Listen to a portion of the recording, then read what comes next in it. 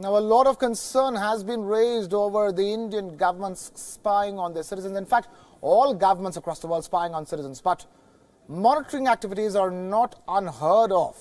China spies on its own citizens. That's no secret. The country has a vast digital empire to perform such tasks. But the domestic spying has gotten so out of control in China that its public officials are even spying on each other.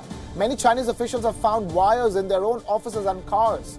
There were reports that the Russian government has installed a surveillance system so that the government can listen to athletes at the 2014 Sochi Olympic Games. The spy system was first developed in the 1980s and has been used in Russia to spy on the opposition parties. Back in the year 2013, German magazine Der Spiegel had reported that the German intelligence agencies worked with the NSA to collect data of its own citizens. Reports have emerged that the French government is spying on its citizens in much the same way as the US. The government collects data daily from phone calls, emails, text messages and social media accounts. It then stores the information for years on end.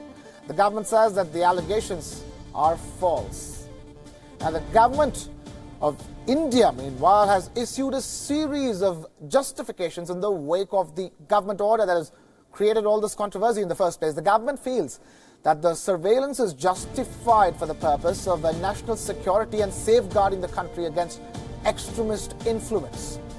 The centre has also said that it's not the first time that the opposition parties are crying foul over the issue of surveillance. It has accused the opposition of the same for the unique identification program of India titled Aadhaar until they were slammed by the Supreme Court. The government of India has tried to assure the people that innocent civilians need not worry about it. To allegations of it being the first time that the government has done something like this, the central government has slammed the opposition, saying that there were instances of illegal and unlawful surveillance that were rampant under the previous government. The government has made its intentions clear. It says that it will continue with the surveillance as it is in the larger interest of the country.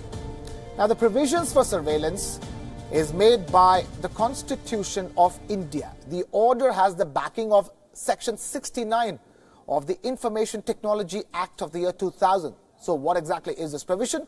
It states that, and I quote, central or state governments are empowered to intercept or monitor or decrypt any information that it deems necessary in the interest of the sovereignty or integrity of India, defense of India, security of the state, friendly relations with foreign states, or public order, or for preventing incitement to the commission of any cognizable offense relating to above or for investigation of any offense, unquote.